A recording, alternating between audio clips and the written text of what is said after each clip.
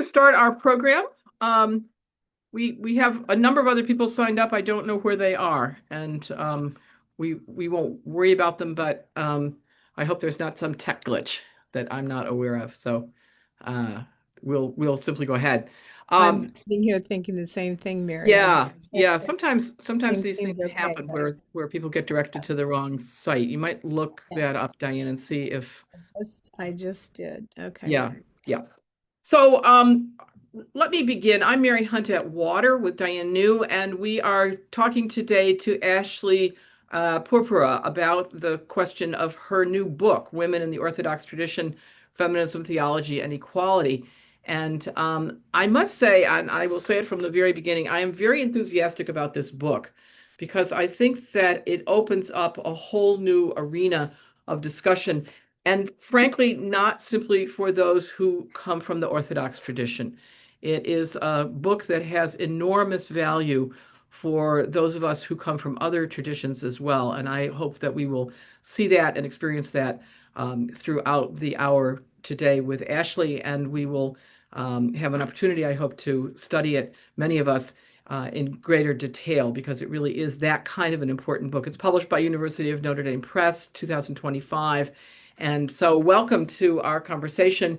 And I don't know, Ashley, how many of these you've had with this new book, but if this is among the new one, if this is among the first, let us be among the enthusiastic people greeting this work. It's a great opportunity to reflect on your book and to have our expert respondent, Rachel Contos, to respond to you in this conversation. I'll say more about these colleagues in a moment, but first I want to welcome everybody who's here and those who will watch this when it is published. And I want to say how important it is for us at Water to have Orthodox women joining us. We are always open to the wide range of people who are part of our community extended. And I want to begin by extending Easter greetings to you. And I know that you have just had the experience of Easter over this last weekend, and I want to join you in your celebration that Christ is risen. Truly is risen. Truly is Truly risen. is risen. That's the response. That's right. We at Water begin our programs with a land acknowledgement. It's something that we've incorporated into all of our programs to remind ourselves of why we do what we do and why we have to deal with the systemic injustices that Indigenous and other people of color face in this country. A land acknowledgement, as you know, is a beginning, not an end, a time to reflect on our history and to commit to justice making. Water's on Indigenous land in Silver Spring, Maryland, the traditional and contemporary land of the Piscataway and Anacostan peoples. We acknowledge the trauma and injustice that they have suffered, and many other people of color have suffered, and how deep this is in U.S. culture and history. And we join in efforts to eradicate it and to make reparations for the genocide involved. Water's work, whether intellectual, spiritual, or liturgical, is aimed at bringing about social justice. So let us consider for a quiet moment together the Native people on whose land we sit. And if you wish, you may put their names into the chat as a way of acknowledging them and your indebtedness to them.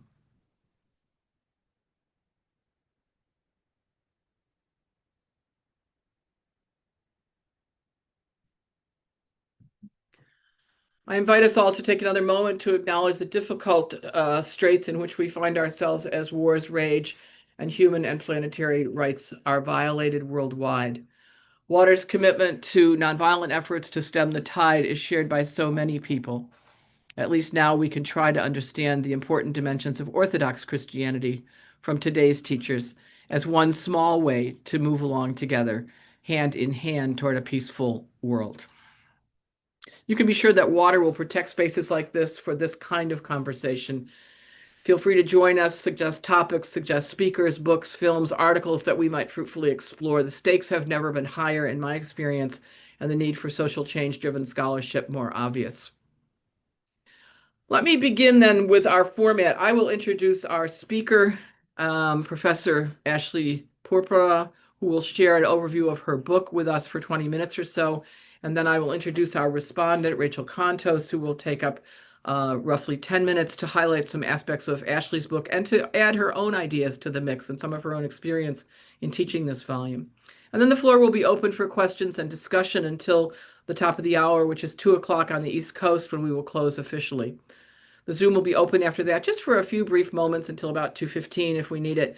But we'd like to keep our formal sessions to an hour, given everyone's schedules. So please listen and enjoy. We'll take notes.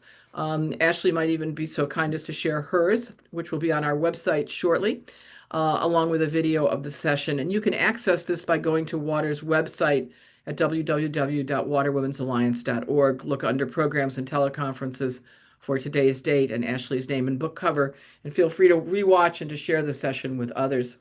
Our goal at Water is to socialize the valuable resources that exist with people who are not able to study formally or those who wish to continue their education in the field. So let me welcome then and repeat the title, Women in the Orthodox Tradition, Feminism, Theology, and Equality. Let me welcome you, Ashley, Dr. Ashley Purpura, Associate Professor of Religious Studies in the School of Interdisciplinary Studies and Director of the Women's Gender and Sexuality Studies program at Purdue University. She received her PhD in Historical Theology from Fordham University after an MTS at Harvard Divinity School. I want to thank you for accepting our invitation, Ashley, and thank you for the book that I think has many broad implications well beyond the Orthodox community. This is a little bit more about Ashley. She writes that her research focuses on exploring how Orthodox Christian traditions and theology have historically shaped and can be critically engaged to reshape Christian values about gender, freedom, power, and difference. Let me repeat that. Her research focuses on exploring how Orthodox Christian traditions and theology have historically shaped and can be critically engaged to reshape Christian values about gender, freedom, power, and difference. She's the author of Women in the Orthodox Tradition, which we're looking at today, also of God, Hierarchy, and Power, Orthodox Theologies of Authority from Byzantium. And this is a Fordham 2018 publication. She's a co-editor of Orthodox Tradition and Human Sexuality, another Fordham publication, and also of Rethinking Gender in Orthodox Christianity, which was published in 2023.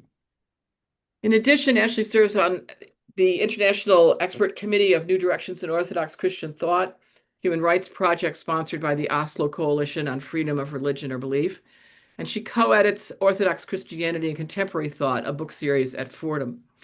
She's been appointed as a MacDonald Senior Distinguished Fellow at the Center for the Study of Law and Religion at Emory University. I don't know quite how you do all this and raise a family and sleep an hour or two a night, but I'm glad you do. And it's exciting to learn from you and with you and other Orthodox women who've been laboring in the vineyard, many unsung and unknown. But now through your work, Ashley, we know more of and about them and more about all of us. This is an enormous contribution. Welcome to Water. I hope you feel at home. Thank you so much. This is quite a privilege for me to be among you today, and I really appreciate Mary and Diane for hosting me, inviting me to participate and share some perspectives with you that I wrote about in my book. And I feel like orthodoxy, one thing I say in the introduction, I'll share my outline in just a moment, is that orthodoxy in some ways is new to feminist theology, but also there have been women working on issues of equality, women's role in the church, critiquing the tradition, leaving the tradition for many generations. So I'm certainly not the first person to engage in this type of work or this conversation, but because it might look different and because the tradition is still, as I'll say in a minute, in some ways very unchanged, sometimes, or likes to appear and represent itself as unchanged. Sometimes the work of those women, those foremothers, has gone very much unrecognized. So I'm certainly not on my own, standing on the shoulders of many who've come before me. So I'll share my screen, if that's all right now, just so that we have a little outline to follow along here. I think.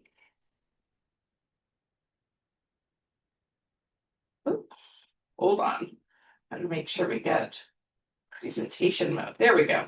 So this is just to give us some background a little bit, since Orthodox Christianity is probably familiar in some ways. It pops up, especially with the very unfortunate Russian invasion of Ukraine. It's been in the news. And, you know, you all have been working in various denominations and church traditions, and so are familiar with it, I'm sure, in your own ways. But I'll just start by saying that this book comes from a place within the Eastern Orthodox traditions, and my own perspective as an Orthodox Christian woman. So I'm someone who's both writing about this tradition and within the tradition itself. And Orthodox Christianity is unabashedly patriarchal. And I say this because if you're familiar with this tradition, you'll know that it organizes itself into various geographical and regional and ethnic patriarchates. Its leaders, instead of being called the Pope, are called patriarchs. And so it's very much at the forefront of what this tradition looks like is patriarchy is front and center. However, when you talk to religious leaders and you talk to women and men within the tradition and ask them about that, oftentimes the response will be, well, it's not in any way related to the critique that feminists have of patriarchy. Yes, we have kind of a patriarchal structure that reflects historical, kind of the fatherhood of the priesthood and leadership, but it in no way diminishes the equality of women. And so something really where this book comes from is a way to say, well, let's just hold on a moment. Actually, there are many ways that organizing a church in this way and excluding women from the priesthood, the roles of bishops and hierarchs, and not working hard to restore the historical female diaconate. All of these things and more actually do put women at a disadvantage and say something about how the tradition has also not just taken names and titles and said, this is how we're organizing the church, but has also sacralized, really made sacred in a certain way and infused with religious values men in a way that they have not women. And so the first kind of goal of this book, and I'll say more about this in the next slide, is really just to identify that patriarchy is a problem, which I'm sure most of you are probably laughing, like we've been saying that for decades. How is Orthodoxy just coming to this? But there really is a type of doublespeak that happens within the tradition where the organization of the church is somewhat absolved from the type of negative patriarchy we might see in a secular or other religious traditions. And so that's kind of the first thing that's important background for this book. The second is that the title of the book is Women in the Orthodox Tradition. And here I don't just mean like orthodoxy, people that belong to Eastern Orthodox churches. It is somewhat about that, but really it's more about how women are represented in and can engage with the historical religious tradition itself. So within Orthodox Christianity, there's the authority of the teachers of the church, the saints of the church, the scriptures, but also of what is this kind of historical memory of how people came to be holy and various teachings that are handed down generation to generation. And some of that is dogma, that's included in tradition, but some of it is also teachings of early Christian writers, right? Patristics, the Holy Fathers. And so what has happened previously is very important for authorizing what is possible in the present and in the future for Orthodox Christianity. And so that historical memory, that historical tradition, but not just history, also kind of how people think, how they also remember the past, is a very important source of authority. So a lot of times what happens when women or even men would talk about gender equality is, well, let's look to the fathers. Let's look to the historical writings of the church, of our tradition, and see what they have to say about this. And very unsurprisingly, we don't see some closeted feminist in the 4th century saying how much we need to destabilize the patriarchy and make sure women have more autonomy and power and equality in the church. And so there's a little bit of a circular argument that women are trapped in where they try and advocate for themselves within this tradition or for their equality or more opportunities for education, is that, well, that might not be part of our tradition. And so this leads me to that third point, feminist and Orthodox. There has been, for various reasons, a real kind of push from the top down, so from like the institutionalized bishops within the church, some have said feminism is a heresy. Some have said, some see feminist movements and goals as completely antithetical to orthodoxy, as opposing it. You cannot be a feminist and be orthodox. Others might say it's just something that, it's secular, it's unrelated. So it's just kind of outside of the walls of the church, something other religions and groups have done. And then there's a long history too, especially in Orthodox majority countries under the yoke of communism, that encountered feminism in a very particular form as something that was kind of imposed by the state, right? That maybe didn't come up from women's movements themselves and had very anti-church types of goals. And so there has been historically a lot of tension, and it continues, between what people see as feminist and how could you possibly be feminist in Orthodox. And I think it was Julie Halman, I'm not saying her last name correct, just had a book about can you be Catholic and feminist? And this is also kind of a question that's come up in Orthodoxy, because everything from women's reproductive rights and women's work outside the home, right? Very traditional family structures are often aligned, especially after the fall of communism, with being more Orthodox. And so there's often seen as women want to be priests, they want to take power over, and you can't, to be a good Orthodox woman, you have to just kind of submit to this kind of patriarchal structure. And so my book is pushing against that, say actually there's a lot within feminist theology, secular feminist philosophy, that can be in dialogue and productive dialogue with deeply Orthodox sources of tradition, teachings, and most importantly, I think, theology, right? There's a lot that our theology can do to engage with that.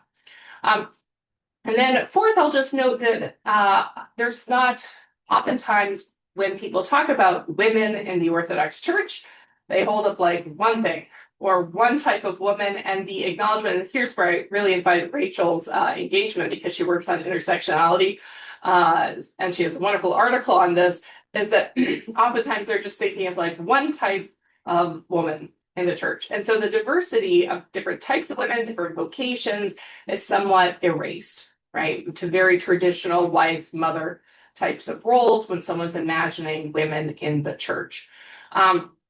And so certainly my book is not for everyone. There are many Orthodox women, and I don't want to diminish their religious views or their vocation in their life, who have found a way to navigate the position in the church and feel perhaps very empowered by Lives of the Saints or the veneration of Mary, who's on the book cover, or other women in their lives who have been Orthodox, mothers, grandmothers, and do not see their rights, their lives, their values in any way limited or restricted by their religious tradition. So I don't want to diminish that. But on the other side, there certainly are, and we've seen they have writings, they give talks, women who talk about what Carrie Frederick Frost calls the silent schism of women who don't write books about it, they just leave, right? They're tired of kind of a double speak of being, I give an example of like being a CEO in a company and coming to church and being kind of deprived of any type of position or recognition that they have something to contribute beyond baking, child rearing, and those types of, or maybe singing in the choir. The next thing is that I see, I've already mentioned this, a rich place for theological engagement through a feminist critique. I'm not certainly engaging with feminism, and I know Water's very sympathetic ear to express this type of thing, but within Orthodox circles, right, it's like, well, you just want to tear down the church. I've had people email me, why don't you go become Episcopalian? And of course, the Episcopalians are like, we welcome you with open arms, right? But there is, I see, potential within the tradition, within the theology, to work and reform. And so that's a particular type, obviously, of feminist engagement. And there are others that might say the tradition's beyond all hope and they're done. And so that's, I certainly don't judge women who cannot thrive and flourish in this type of religious context. And I've already said I am Orthodox, grew up in the faith, and work in theology, and so that's how I'm approaching this and navigating the types of questions that are both academic for me, things that I'm thinking about kind of theoretically and theologically, but also deeply personal to me, reflecting on how my mother was Orthodox and how my children might be, continue to grow up in this faith and what possibilities there are for them. So just quickly, the aims, what are the goals of this book? Really, it is to demonstrate, as I said, that the patriarchalness of all the ways that Orthodoxy remains androcentric, focused on men's identities, privileges, spiritual journeys, and all the ways that they say women are not actually excluded or diminished in religious contexts, that actually is a problem. And it's not just a problem because women feel bad when they go to church or they feel like they're excluded. It's not about feelings. It's actually, for me, I make the case it's a theological problem to diminish their humanity. And I'll talk more about what the theological problems are in a moment. And so I suggest that there's a way for women to reclaim their tradition and kind of have more impact on it, not asking women who are already maybe subjugated and just fatigued with this type of religious relationship to do more. But if they want to, I see that there are places in the tradition where they can reject the interpretations, or at least the limits around the interpretations they've been given in their religious upbringing or teaching, and say there's more. There are women who've lived also for 2,000 years, and we may not have records of their words.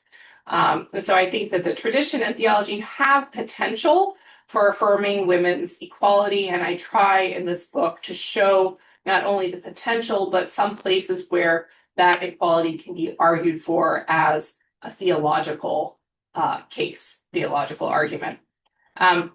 And then also I provide some resources, kind of the last two chapters, for rejecting, how do we undo generations and centuries of this very normative and even sacred patriarchal and androcentric bias that's just entangled with Orthodox Christianity? Is there any hope, right? Some women just leave, but is there hope for those who want to stay, who find their religious tradition meaningful? How do they start kind of pulling the threads of some of that privilege in a way that might have some impact? And so I'll briefly just walk us through kind of the contents of the book for those who haven't read it. And if you do, it's just a refresher. So again, that first introduction is really just saying, how can feminists, right? How can Athens and Jerusalem be in dialogue? How can feminists and Orthodox thought have some common ground? And where do we already see them in dialogue? Because certainly there are women who have engaged in ecumenical dialogues, particularly through the World Council of Churches, that have been really since like the 1980s, robustly engaged in this in ways that have kind of just been ignored, even when it's invited by hierarchs, right? They call a symposium and say, we're going to hear from women. And then women ask for all sorts of things within Orthodoxy, and then, 10 years passes, and then they just do the same thing again. So I showed that there are ways where I can see some productive dialogue, and that if we consider critically that patriarchy is not just neutral, but it actually is a problem, what then does that show us within Orthodox Christianity that we might have missed, right? That we might have ignored previously. So I moved to the first chapter, and that's really kind of trotting perhaps well-trod ground, especially for our Catholic sisters in feminist theology, that shows that patriarchy and androcentrism are a problem in the tradition of Orthodoxy. And they're a problem because not just do they only give us a partial view of theology, but they give us a partial view by just representing men's concerns, perspectives, and including men and privileging them in the liturgical space. But in doing so, they represent it as universal, as this is everybody's view. So I show that's a theological problem. Then I move to the second chapter where I show the commemoration of women, the representation of women in this very sacred tradition still reflects the patriarchal control of women. and kind of perpetuates it. So, and what I mean by commemoration is Orthodoxy, like Roman Catholicism, has a very robust saint veneration. So women saints, men saints, and often what we see, Mary is commemorated as like the above all of the saints. Even though we have strong women who are represented, they're often represented and commemorated in this tradition in ways that show them as no longer actually women. They're so holy they became manly. There are hymns that we sing about this, that they put off their womanly nature, or they're completely exceptional, that no other women could actually be like these women. So, it's somewhat disconnected from the daily life of most women in the pews, so to speak. And that even things like martyred women are shown and their bodies depicted in a maybe graphic way that would appeal to like male monks. Like if a woman could endure this much or could achieve this much in asceticism, why can't you fast harder? Look, we have a woman doing it. So there's still kind of a presumption that women have to overcome more to achieve the same degree of holiness as men. So even though people don't say that, right? There's nobody explicitly saying that. What is shown in that commemoration is still inequality between women and men. And then the third chapter, I show that, okay, so we have commemoration of women in some ways that's partial and is problematic because it dehumanizes women. It shows them as maybe not fully human or not equally human. Certainly they can be spiritually equal or spiritually superior to men, but it's that humanity that's really truncated in the commemoration of women as saints and part of these kind of saintly narratives. And so in the third chapter, I show that really the spiritual values that are set up as how to be holy, what are some things you should do to be holy within Orthodoxy, really disadvantage women and any attempt to advocate for themselves.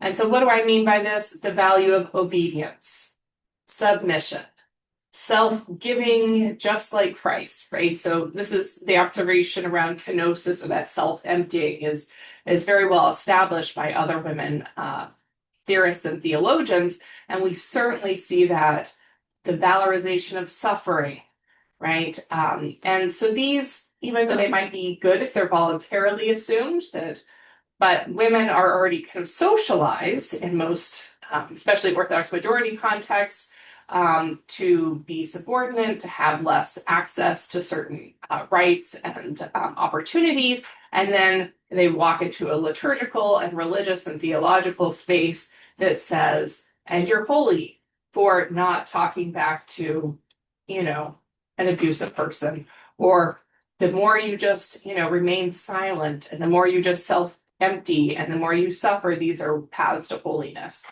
And so I show that, for a very privileged man, perhaps this is not as problematic. It could be, spiritually productive, but for women, it can be very, it doesn't leave them a lot of space. And we see this especially with feminist thought, where Orthodox women who do want to say, look, I want there to be women deacons so I can go to confession and talk about my woman, perhaps particular problems to another woman, are said, well, you're prideful. You just need to be more humble, right? You just need to, these kind of spiritual values are then kind of put back on them in a way that keeps them from advocating or having the resources and the religious resources to advocate.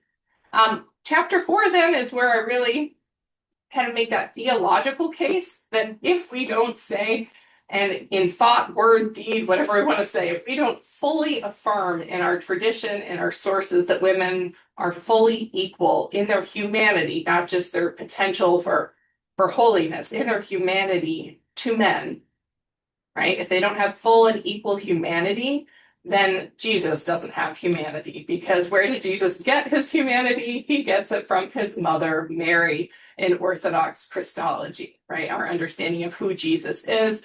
He's fully divine and fully human, and he doesn't have an earthly father. So all of his humanity, all of his humanness comes from Mary. And so if we truncate and cut off somehow or limit women's humanity and hold that up as an ideal, then what we've done is we've just kind of pulled that thread right out of our most central dogma of who Christ is. And so that was kind of my heavy lifting theological argument to try and at least make the case for those who say, well, these are just women's concerns, right? The whole church doesn't need to worry about it. Women are just, some women are just unhappy and complain, but most women are fine. They still show up. And so this is where I'm trying to center this concern. It matters for everybody and everyone's belief. Then the last two chapters, I try and provide some kind of concrete resources because I've deconstructed, poked some holes, and shown the problems with Orthodox Christianity for women and for women's equality, especially in this historical tradition. So now what? And so the fifth chapter is addressed maybe more to those who are in positions of privilege, maybe more to our male readers within the tradition, to think, how can they start undoing this patriarchal privilege? And I'm under no misgivings that in my lifetime or even my children's lifetime, oh, there'll just be women bishops and, patriarchy will no longer be a thing. I don't see that as how Orthodoxy moves. It's like glacially slow in any change and then denies it ever changed. So what are some approaches? One example I give is we have a tradition of negative theology, of unsaying the limits of things. And so that's one example that I give is maybe we could take it more, this negative approach is called apophatic. We could unsay the limits we have around tradition. We could see that it is more than just what we thought it was. And orthodoxy and leadership within it might also be more. And so that might be a way to kind of start pulling that thread.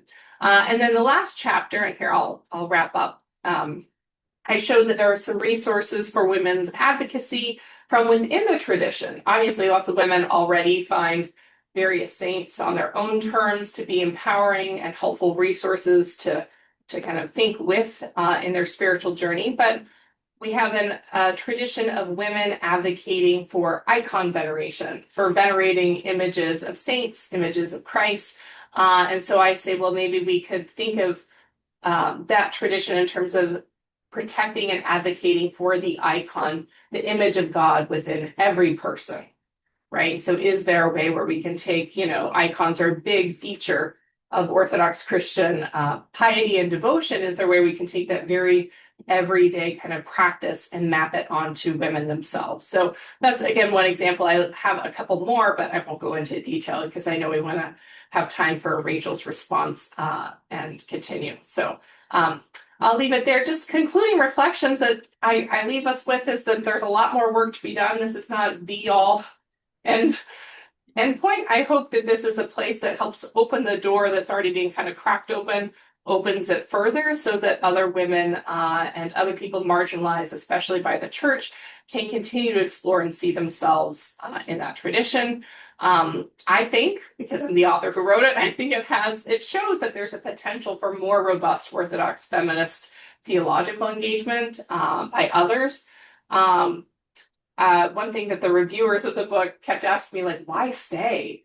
Right? It seems like there are a lot of challenges for women. And I think that question is very much individualized, that I would not say that I provide resources in this book that would help someone wrestling with that question necessarily to stay, but those maybe who want to stay already, perhaps I give them some resources to work. The other, for my own personal kind of why stay question, I find that the method of feminist critique to be very resonates with also the Orthodox approach to repentance. So with an Orthodoxy kind of spiritual life is, you recognize the limitations or your shortcomings, and you work then. You don't just say, oh, well, we'll just keep sinning. We'll just keep, doing these things. There's a repentance, an active intention to try and overcome those shortcomings, and then growth and trying to become more Christ-like. So I see that type of work as being very aligned with the goal of critiquing and then reform and change. So that's where I'll leave us. I'll stop the screen share now too. Thank you so very much, Ashley. The book, as you know, is Women in the Orthodox Tradition. This was a marvelous overview of the book. The subtitle, of course, is Feminism, Theology, and Equality. We've heard about all three of those. I want to reiterate what I said at the outset, which is that this is a book not just for Orthodox people, but for lots of people studying religion. It is an enormously useful volume, and I think opens the dialogue in a very important way. I want to issue an apology. It has come to my attention during this hour that there was a mistake in the water propaganda, as it were, for this event. It said 1:30 in some of the pieces that went out. And if you are a longtime water person, you've never started a program at 1:30. So I believe there's a typo, and I apologize for that. And for those who came later, assuming it was starting at 1:30, I will direct you immediately to the video of this so that you can watch the very first part of this exposition that you may have missed in the time that you from the time you arrived. So let me again apologize. I don't know. We'll figure out and get to the bottom of that. But our programs always start at 1 o'clock. Let me turn then from my enthusiasm about the book to my enthusiasm about the respondent. Rachel Contos will be offering a response to Ashley's book today, and I'm delighted about this. We're friends and colleagues. Rachel is a PhD student in theological and social ethics at Fordham University, expecting to finish next year. We met initially through the Marquette University Mentors Program. Rachel was in the Trinity Fellows Program at Marquette doing a master's in theology, and she had served by then already in AmeriCorps and had worked for 4 years on the ending of homelessness in the nonprofit world before she began her studies in theology. So when I saw Ashley's book and began to read it myself, I thought, I know just the person who knows so much more about this that she really needs to be the respondent to this. And of course, that was Rachel. Her research lies at the crossroads of theological method and activist practice, particularly intersectional method and practice, and how these interact with Orthodox Christian theology. And Ashley, you've already mentioned that the questions of intersectionality and of diversity that Rachel attends to make a good complement to some of the work that you're doing, and I know you're both moving in the same direction. I thought there was no one better to respond to you than Rachel Contos, who, as she completes her PhD, hopefully will come back to us with publications of her own. And maybe at that point, Ashley, you will respond to her in a future lecture. And I know it would be your privilege and it would be mine to host it. So welcome to my friend, Rachel Contos, and go right ahead. Thank you. And, my interest in intersectional theology was because Mary, when she was my mentor, sent me in the mail a Christmas present, and it was a little book titled Intersectional Theology. And I did my master's thesis on it, and then there happened to be a special publication from the Journal of Moral Theology just on intersectional theology. So I submitted it and then worked on it again in my PhD program, adding even more Orthodox resources. And so it definitely is a full circle moment to be here. Considering that Mary is the person who kind of originally sent me that little book. So thank you, Mary. And of course, thank you, Ashley, for this book. I have been the respondent of a few of these, and so I feel like I've read. Ashley said to me once, I think you might have read the book more than me, and I might be the very first person who's taught the book in an undergrad setting. So I have that distinct honor. And so what I wanted to kind of bring forward there's so much, right, that we could bring forward. And we just had Easter in the Orthodox tradition. So if you're unfamiliar with the way Holy Week is in the Orthodox tradition, on Holy Friday, right, Jesus dies, and we sing these hymns from Mary's perspective that are lamenting her son on the cross.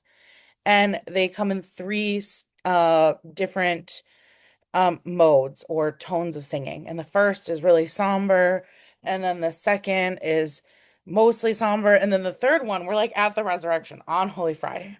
Like we're already like singing a happy melody, right? And so what I was thinking about is, Ashley, what I appreciate about your book is that you really sit in the cross, you sit in the tomb, and you look to the resurrection of the Paschal hope. I have this icon here, and it is Mary, the Mother of God. being pierced through the heart. In the Bible, it says, Mary was pierced through the heart by the cross of her son. And I think feminist theology in the Orthodox tradition forces us to say we are pierced through the heart by the crosses that our church forces women to bear just by being women. And that is an iconoclastic practice that says, woman who is the image of God, you deserve to be defiled. And Ashley's book brings to us the reality of bearing that cross and of being in the tomb, of being forced into patriarchally limited structures of power that do not allow women to fully flourish, both in the church, but also in how they relate the church to their lives. Women in the Orthodox tradition, as Ashley points out, live a bifurcated life, one where they have to be basically two separate people, the church version of themselves and then the world version of themselves. Sometimes they have to be the church version of themselves, like the pious liturgy version, the kind of church administrator version, where they're the one still cooking every meal. They're in charge of the Greek fest, of the oratorical festival, of the youth program. So they're high powered, even in the church in that way.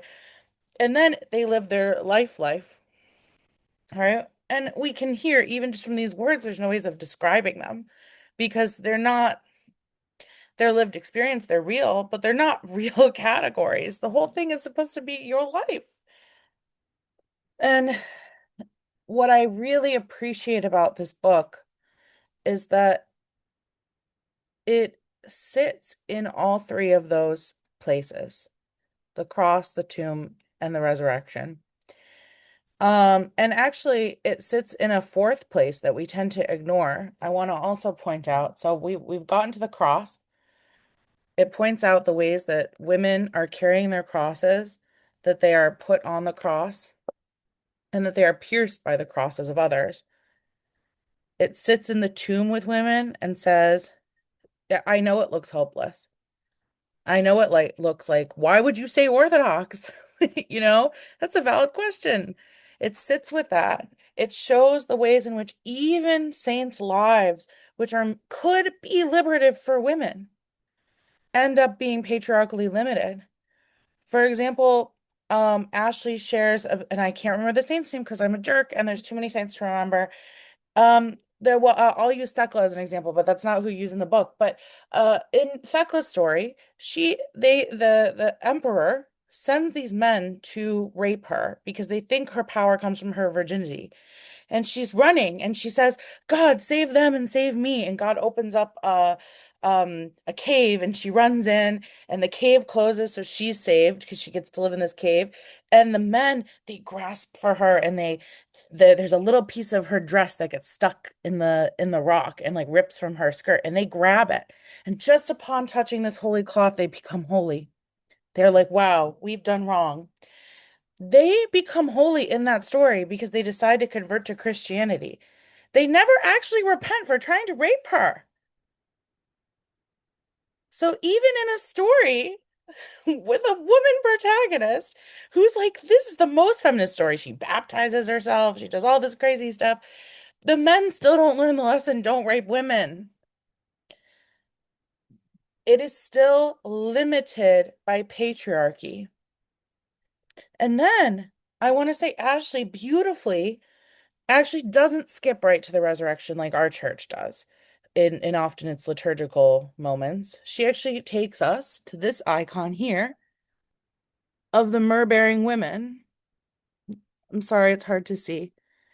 These are the women that go to the tomb to apply spices and ointments to Jesus's body. Of course, he is not there, but in our tradition, I think one thing Ashley highlights so beautifully is that Ashley, this is an amazing book, but you're not the first.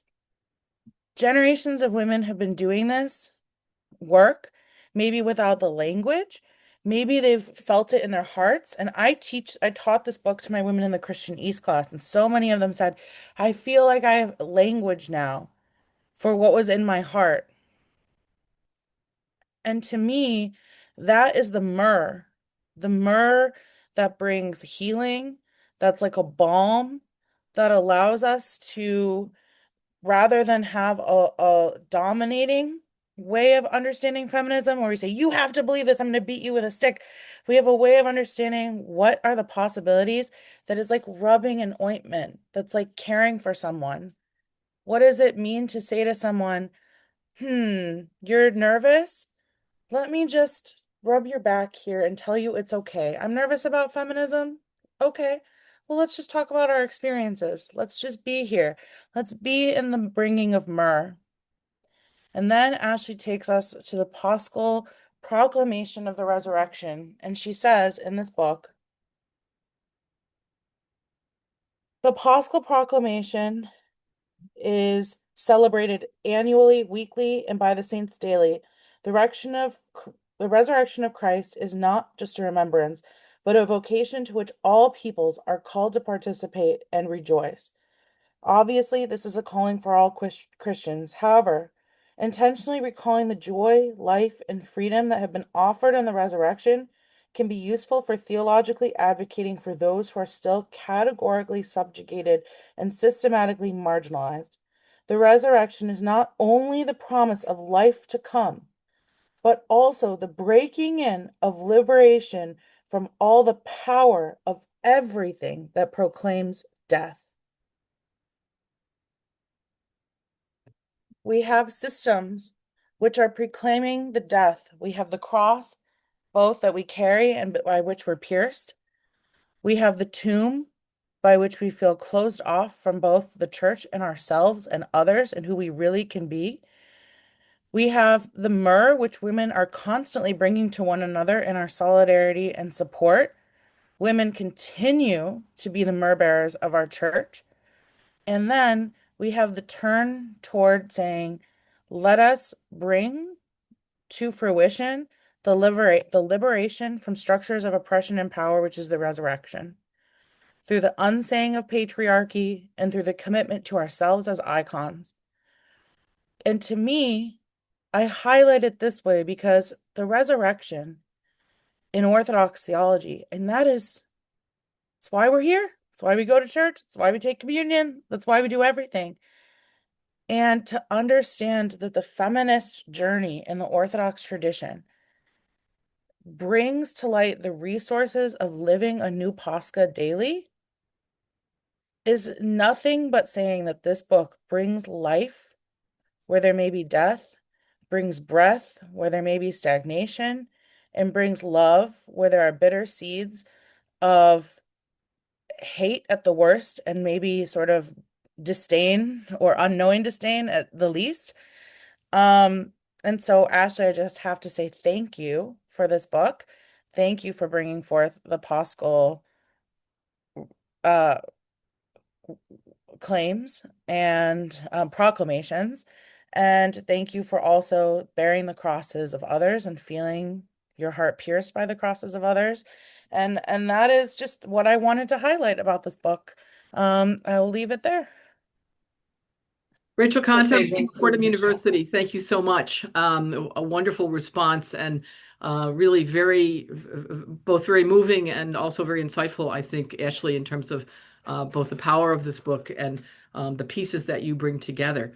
The floor is open now for conversation. I have a bunch of questions, but I'm going to hold mine for a little bit later and let other people go first. But again, I want to just remind you that the book is Women in the Orthodox Tradition.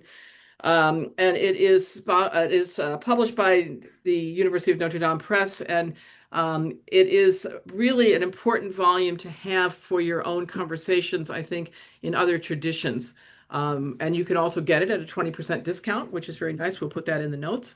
But it is a very important volume, I think, to have at a time when, for example, for Roman Catholic women, we're celebrating 50 years of dealing with the ordination of women. and with a conference upcoming next month. And I think so many of the things that you raise in this book are issues that we've gone over and over and over so many times, and you raise them in a very gracious way. Orthodoxy is very, very lucky that you're as gracious as you are. I think some of us have been screaming and carrying on in less gracious ways. I just assure you that it doesn't necessarily get you anywhere to be either way, gracious or screaming, but it is important to have the conversations and to name the things that are so highly problematic. And I appreciate that you said that. I liked very much what you said, and I thought it was one of the most honest statements in the book where you said on page 59, if you take patriarchy away from orthodoxy, there's not much left. And I thought that was just a tremendous line and really a very helpful one that so many of us have found Christianity wanting, and that was really something very important. And I just wondered if you could start by saying, and then I'll open it up for everybody, but if you could say something about women who've left the Orthodox tradition. What are they doing now? Where do they go? For example, Mary Daly, the famous Roman Catholic scholar, love Christianity. But just last month, we had a session, the one right before this in this series, on a new book called Catholicism, End or Beginning, which was a lost manuscript of Mary Daly's found and edited by Margaret Stapleton Smith. And we raised the implications of her work for Catholicism now. And there'll be an American Academy of Religion session in the Vatican II section, of all things, about Mary Daly. So I just wonder what you think about in terms of one of the things that came up in that last session of ours, which was that sometimes people who leave a tradition or who look at it from the outside have as much insight into it as those who stay and look at it from the inside. And I just wonder if you got any thoughts about that with Orthodox women.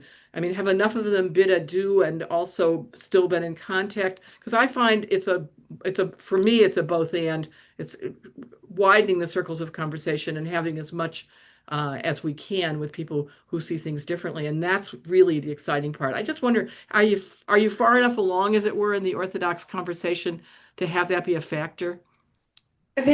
So there's kind of two parts. So there are, like, anecdotally, I know people who were Orthodox that then leave and become, for most of them, I don't know of any that have left Christianity altogether.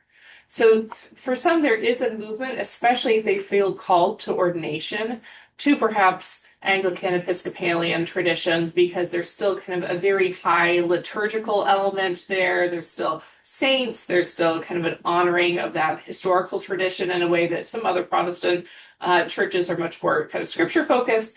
And so I feel like that for some of them, that is a place where then they can still fulfill their ministerial calling that's rejected within Orthodoxy.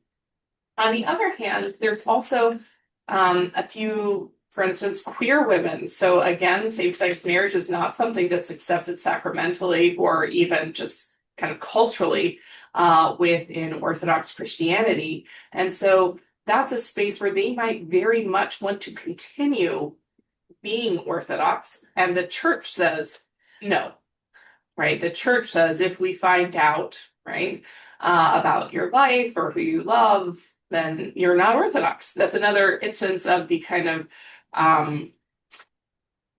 boundary making, the gatekeeping around Orthodoxy. And so once women leave or are forced out of the tradition, right, or the sacramental communion of Orthodox Christianity, then when we have, even at AAR, or you have it at like an international Orthodox kind of theological gathering, it's harder then for people to invite those women. Because it's like, well, this is an Orthodox space. So there's always this negotiation, I think, much like there is with women who become priests in Roman Catholicism, of, well, to what degree then do they still count? And so places that, like the AAR, places that are kind of more secularly academic, they're more often to be included, but sometimes they're not in academic circles anymore, right? So even though they have a PhD or master's in theology, they might be fully in ministry, and so then they're not attending those types of places. And any type of Orthodox theology gathering, they're pretty much excluded from, unless there's an intentional, like, a qualified kind of, well, we'll still invite this person because they're an expert on whatever, even though, even though they're not really Orthodox. And so I think there's a lot of kind of controversy, but by and large, I'd say most women who leave them just kind of fall off that theological engagement radar. Yeah. And there's still there are women outside of Orthodoxy that are looking in and having conversations. But I think there's some taboo around women who leave then still be considered, well, you're no longer Orthodox. You can't speak to these concerns anymore. Yeah, and I think there are certainly many ways to do this, but one of the things that Catholic women say is that we didn't go anywhere the church left us. That's one Right. thing. And the other thing is to create, water would be one of them, the alternative spaces where people can, in fact, be fully who they are on a variety of bases, whether sexuality or gender selection and so forth, but to be recognized at least among groups of peers. And that's why it becomes very important. My question is really coming out of how do we support Orthodox women who maybe aren't getting support in Orthodoxy? And that, to really take seriously who's because in the Catholic case, if you're a Roman Catholic woman priest, you're automatically excommunicated by the Vatican. But that's just a credential for where I live. That's a credential. So the creation of that kind of new reality is something that I'm curious about. But anyway, enough. Let me open the mic to those who would like to ask questions. Use the react button at the bottom to raise your hand, and then we'll call on you. Our time is limited, but we'll use it well. Please go ahead. Who'll be first? I'll just note that Rachel did put in the chat, Oxia Women's Network is a place that's more inclusive. Yeah. Yes, exactly. And we'll make sure that the chat is provided to people. There's a gentleman by the name of Robert Canavello who has a question, who happens just in the interest of full disclosure, one of my very closest friends in the entire Western world. And so he's joined us today. Robert, unmute, please, my dear.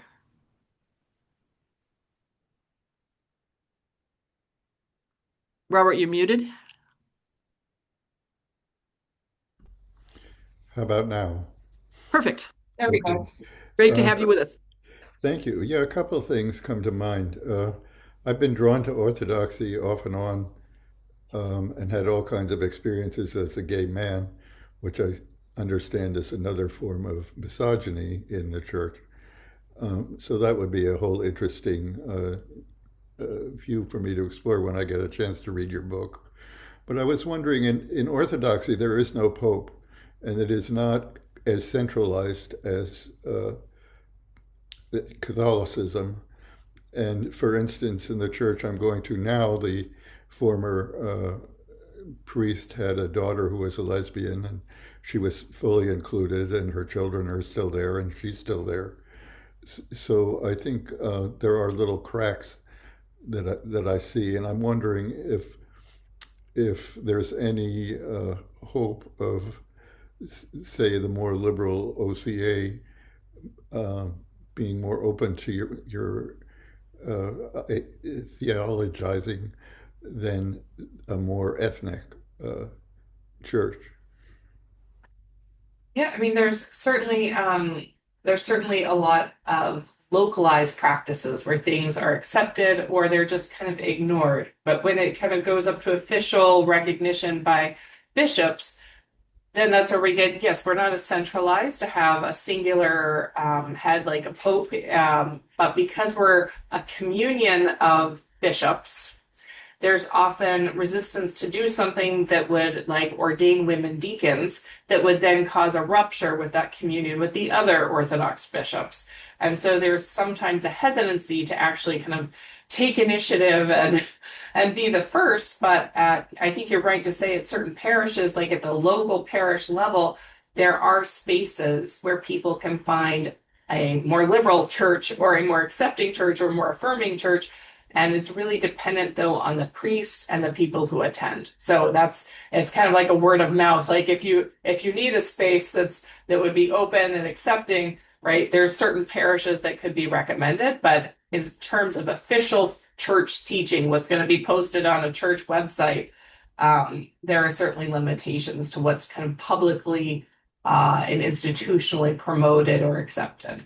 Right, but I'm wondering if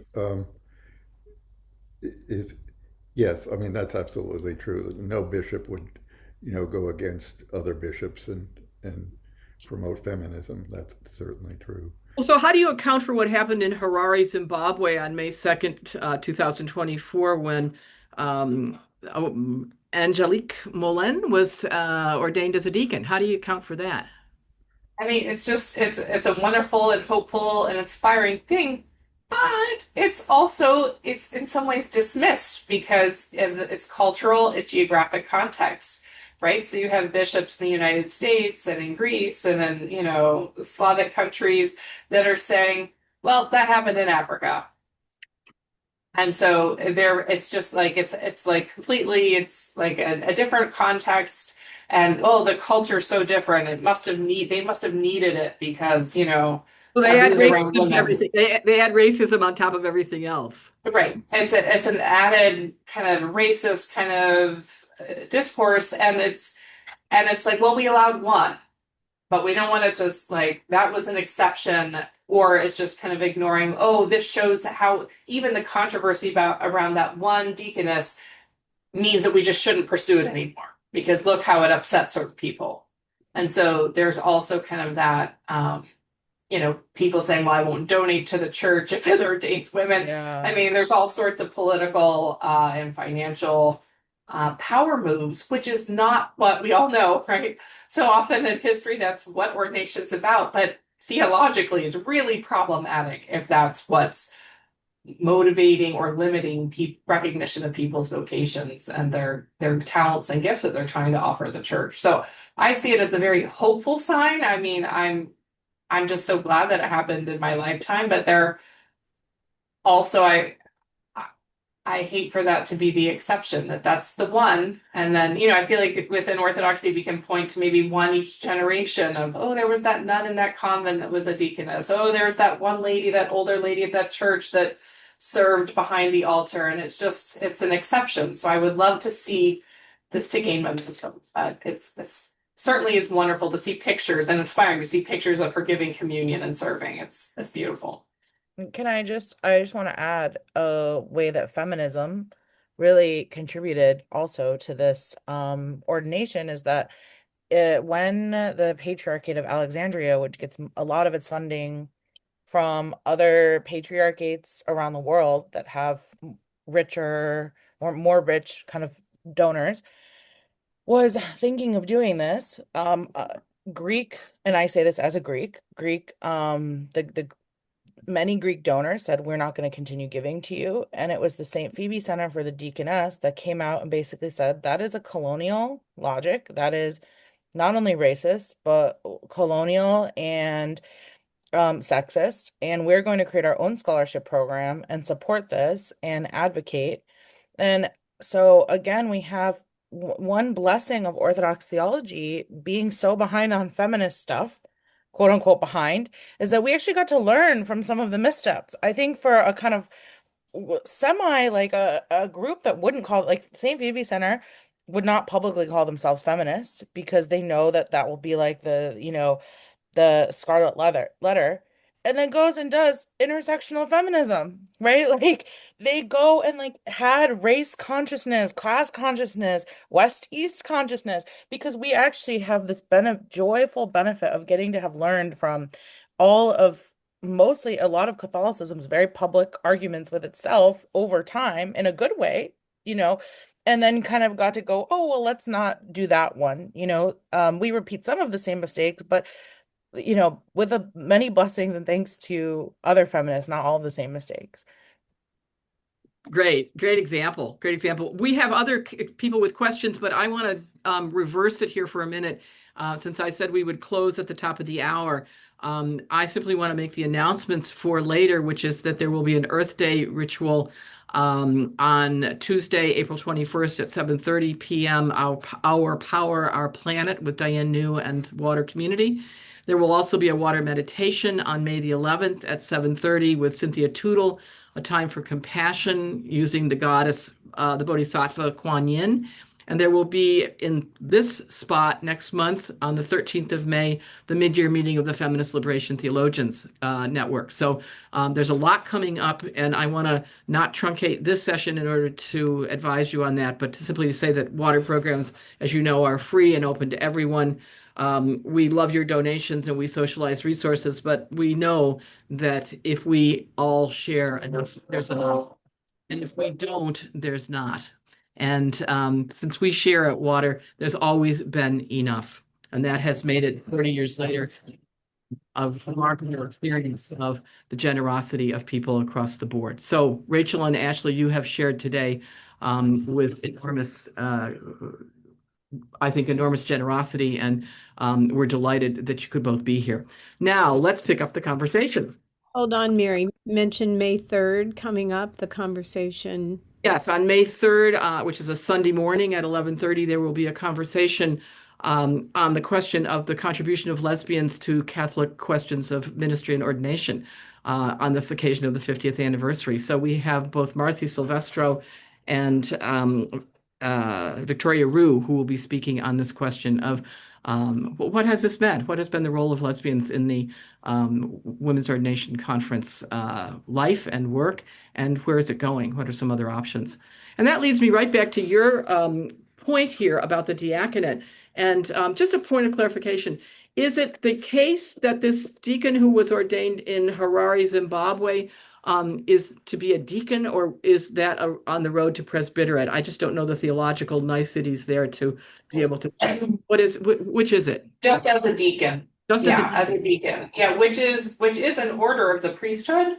So it is a priestly rank, but in terms of kind of how everybody talks about like priests and bishops, she is just a deacon. But I say just a deacon, and that's still pretty monumental. I mean, Rachel mentioned like this is a testament to feminism, but it's also a testament to change. The fact that we have photos and videos of a women's ordination within Orthodoxy by like canonically, endorsed bishops and such is really, for tradition says they don't change. Well, they're able to do this because they pointed back and said, well, the women's diaconate is part of our tradition, even though that as well has been contentiously interpreted. So.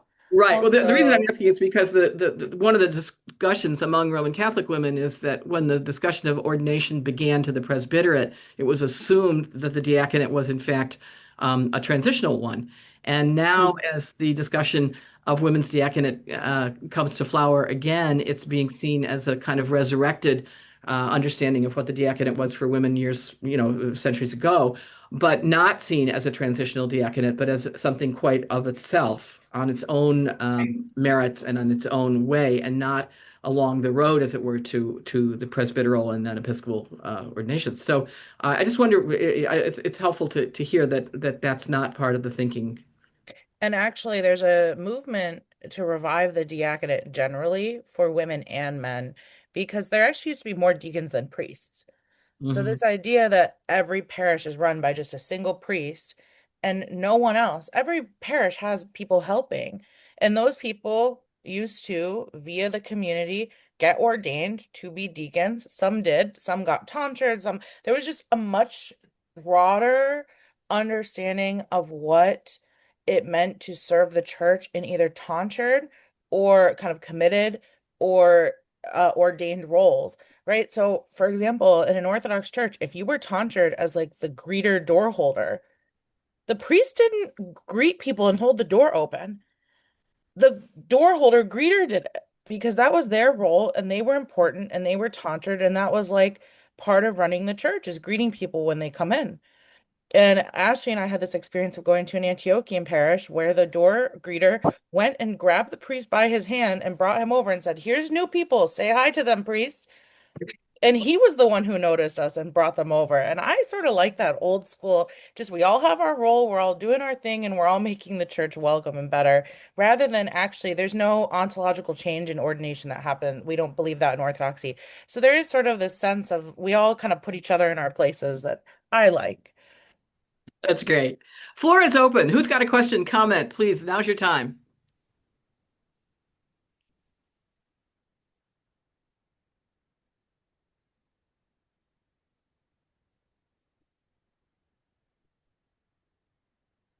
Yes, Carrie Roach, go ahead. Thank you.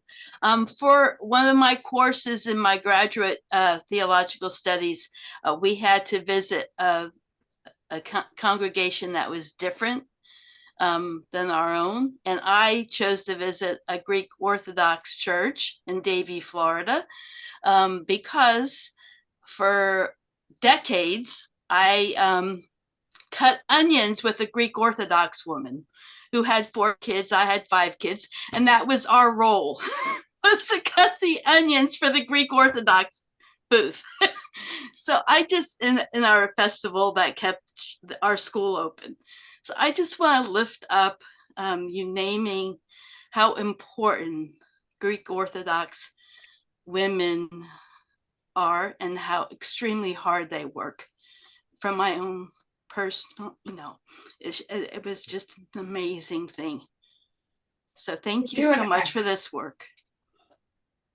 Absolutely. I mean, this is one kind of feature of a lot of Orthodox parishes is that even though there's lack of official recognition and lack of ordination or consecration or tonsuring for most women, they're still filling the church. They're still making sure that there's holy bread, that there's coffee, right? They're still doing so much. And in some ways, that's also how then the hierarchs and the clerics can say, but they're still showing up, so it's not a problem, right? There's not inequality. Everyone has their role, and this is just, here are the roles for women, and it's fine and well to say that when you have women, they're like, you know what, I feel called to be an onion cutter, but when you're told and you're limited to the onion cutting booth, and you're like, but actually I want to read, or I want to sing, or I want to do something else, that's what the gift God gave me. Onions make my eyes hurt.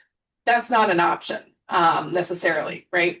So there is a beautiful tradition within most Orthodox parishes of, I call it the old church lady, the person who's like even telling the priest or the bishop, here's what you need to do, right? Or, don't forget this, father, who's really has authority in the church. And I think in a different way, this would be a deaconess, right? This is a ministry, but it's often just assumed, taken for granted, or expected in a way that limits other possibilities. So, but there certainly are very strong, determined, and resilient Orthodox women who are flourishing nevertheless, right? Nevertheless. And I have water. Because I couldn't keep slicing onions anymore. There you go. Yes. There you go. Betty Lane, you'll be next. Okay, I just wanted to say thank you for the presentation and for this book. It's so great to know that there are Orthodox women exploring the feminism and, sort of challenging the patriarchate in that way, not from a, yes, we want to be a little bit, you can be active, but from a good theological basis, as well as some historical basis. Thank you. Thank you. Helpful observation. Yeah. Jimmy Wootsakakis, welcome. Hello, everyone. Thank you for the opportunity to be here. Ashley and Rachel in particular, thank you both very much for the words that you shared with us. This has been meaningful for me on a personal level. Someone that's kind of relatively new to their faith journey. These issues kind of speak to what's in my heart, questioning, when you bring up the idea of like looking at it from the inside, like why stay? These are questions that I had to wrestle with. If like, what happens if I personally don't agree? What do I do? Where do I stand within the church? And then so confronting that kind of made me think about what you guys and what other women may have to deal with, which is possibly communication, and then even more personally, not being accepted in your communities. So I'd like to thank you both for that, because I do realize that you are picking up your cross.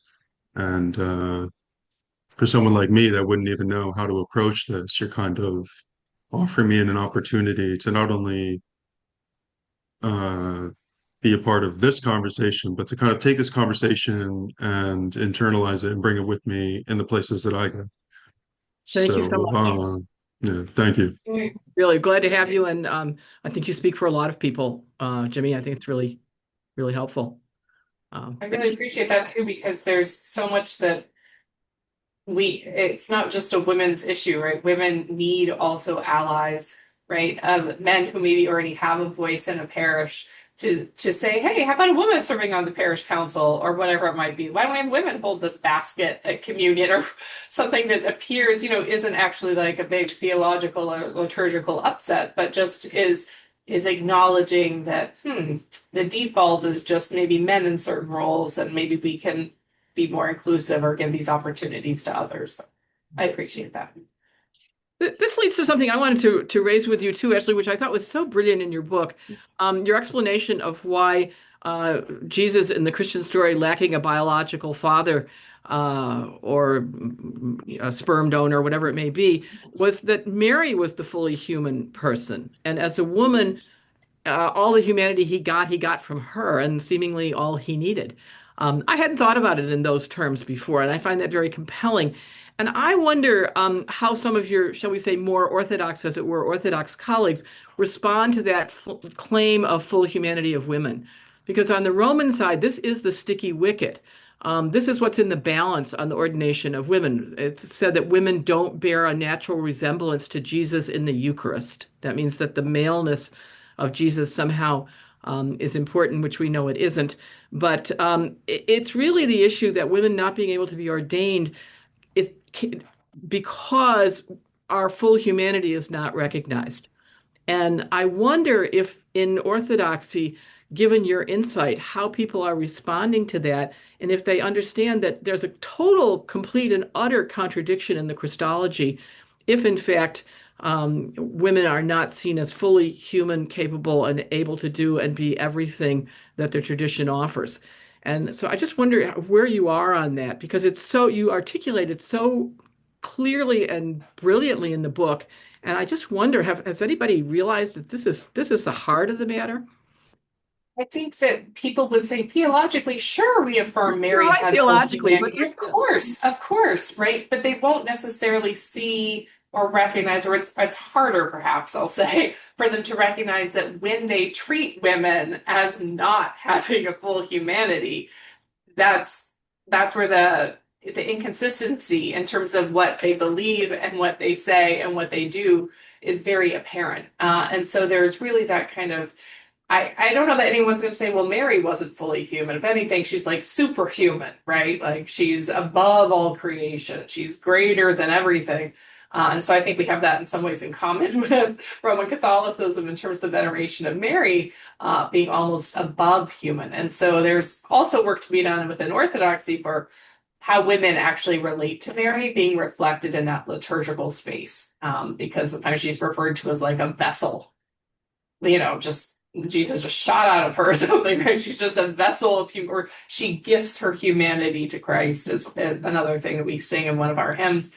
But there isn't the issue for the priesthood. That's distinct from Roman Catholicism. So Orthodoxy does not have that theology, but boy, do certain people love to borrow it as a reason for why women can't be ordained to the priesthood. And so the kind of the similar issue that sometimes is said, but is not like actual theology, is that, oh, well, the iconicity of the priest, right? It's easier to see him as standing in that place of Christ on behalf of the people, I guess, if he's a man, and this doesn't actually hold theological weight. Most theologians recognize that this isn't actually a good theological argument and have refuted it, men included. But yet you'll still hear it kind of at the parish level that, well, Jesus was a man and this is why. Yeah, this of course is the so-called nuptial imagery. We always give it a little higher term, right. The nuptial imagery, which means, if you do not have a penis, you cannot be a priest. I mean, that's the vernacular of this particular theology. But the nuptial imagery also is gone with women marrying women and men marrying men and so on and so forth. That the bride and bridegroom imagery is just all standing on its head. So there's very little left of this. I mean, you're quite right that when patriarchy is taken away, there isn't much left. Yeah. Anybody else before we need to tie up here because our speakers have other things to do with their lives and all of us have agendas. But anybody else? I'm going to make sure that the comments that Rachel's been putting in the chat will get into the notes. You'll get those. And Rachel, they've been very helpful in terms of citations that you're suggesting. Anybody else comment they won't sleep tonight if they can't make it? Please feel free. Do I see Margaret? Margaret Ellen, are you trying to make a comment? If you are, just unmute. Margaret Ellen, just Diane, see if you can unmute her. Margaret Ellen, if you can unmute, we'll hear Your it. picture the whole thing went away, so I was just trying to get it back. Oh, All right. Thank you. Anybody else comment or Ashley, Rachel, any closing comment that you'd like to make?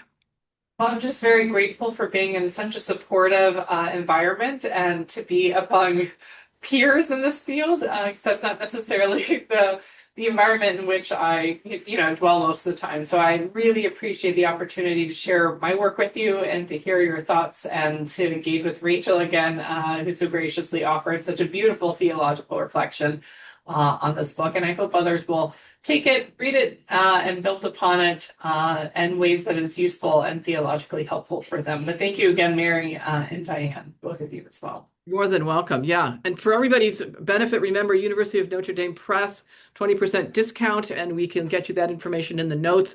I highly recommend it. I hope it'll be out in paper soon. Or is it in paper? Is it in paper yet? No, it's just hardback. Yeah. Yeah. Hopefully it'll be out in paper. I would say for discussion groups, for feminist groups, for classes, this is an ideal volume, regardless of what tradition you come from. And I also think we have much more to talk about in terms of the holy women who were really so important, and how tragic to think that they were holier if they appeared to be more like men.